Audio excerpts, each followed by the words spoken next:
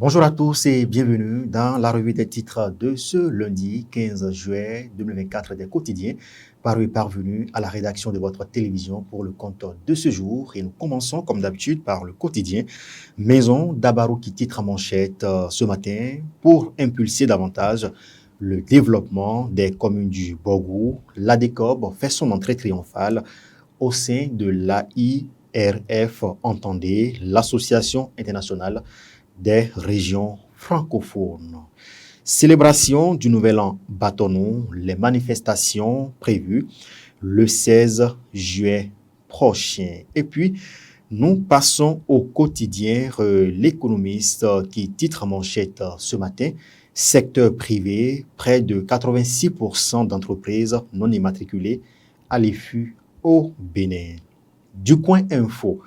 Usage de Photoshop pour un meilleur traitement d'image, les bénéficiaires du projet CMPI beaucoup plus aguerris.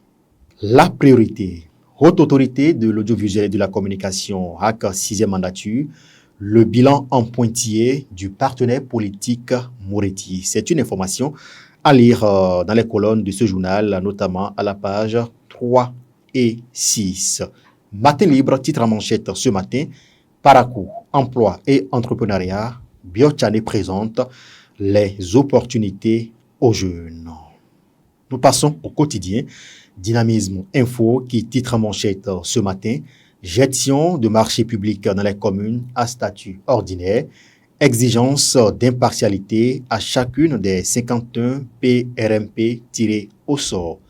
2026, en cas de non-positionnement des jeunes dans de l'exhibition de possibles cas d'AVC à l'UPR dans la 6e circonscription électorale. Le soleil levant. Visite officielle de la délégation parlementaire allemande au Bénin. Ouida, un modèle de coopération réussi. La Guérite, titre à manchette ce matin. Passe d'armes entre les pays de l'AES et le Bénin. Les populations attendent mieux. Les putschistes doivent cesser d'ouvrir inutilement des fronts, nous informe le journal. Fraternité, ce matin, nous donne à lire en manchette. Conformité des ananas, pain de sucre du Bénin, pas de raison de paniquer, un grand pas vers le contrôle qualité. Promotion de l'emploi et de l'entrepreneuriat, Biochane sensibilise et oriente les jeunes.